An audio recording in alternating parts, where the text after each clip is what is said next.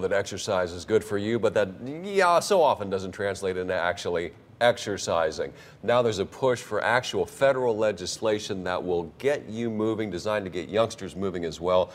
Joining me now is Mike May. He's the Director of Communications for PHIT America. That's Personal Health Investment.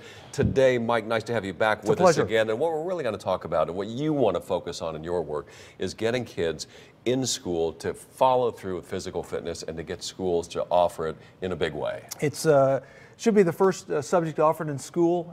The academic results from physical activity are off the charts.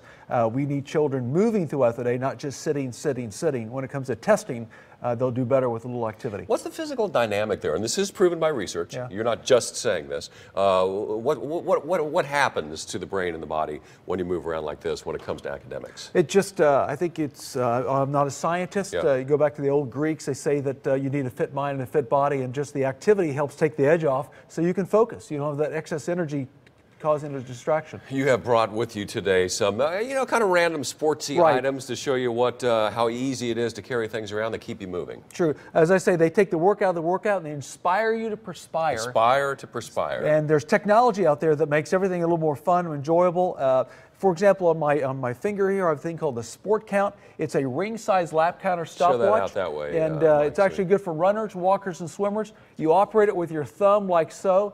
Handy dandy. We like to keep track of our workouts. This really impressed me what you were doing before we went to the break right there. In the gym you go to, this is a huge machine with handles on either side, probably costs thousands of dollars. Here is actually just a version that you could pack up in your gym bag and take it like that. It's a combination of heavy hands and what a boxer would do with a speed bag. Yeah. It's called the burn machine. You've got 2 pounds here. You keep doing it till you'll feel the burn in your biceps and triceps. You know you got a good workout. It goes up to 12 pounds. I take it with me everywhere I go. Very portable. One thing your organization does is not just talk about this. You want to get this on a legislative level, and you want to take it to Washington, D.C. Tell me about your efforts there. We have 2 pieces of legislation we're pushing. One we've been successful getting passed called PEP. It takes federal funds to reinvigorate PE programs. That's been passed the last 12, 13 years. But the other bill, PHIT, Personal Health Investment today, would allow you to use physical activity expenses like 5K run registration fees and cleats and lift tickets and snow skiing to get reimbursed in your health savings account. Right now it's just sick care expenses, Tylenol, doctor copays, contact lenses. And if you go to the website that we're putting up there, phitamerica.org, that you can click on something and automatically will send a virtual letter to Congress. Yes, you can see the PEP and the PHIT tab. You click on that, it'll create a letter to your local congressman, what you put in your zip code, as well as your 2 U.S. senators. Is this a tough sell, Mike? I mean, or is Washington open to this, or are you getting a, hey, low priority, we'll get around to that as soon as... We have 50 co-sponsors, 25 Republicans, 25 senators. We're hoping to get this How often does that happen? Well, we've got some cooperation in Washington. We need a few more. We're hoping to have the bill passed by 2016.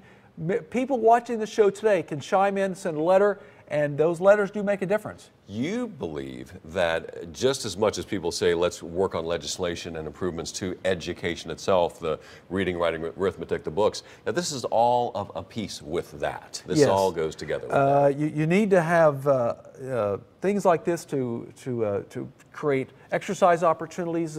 We are highly inactive.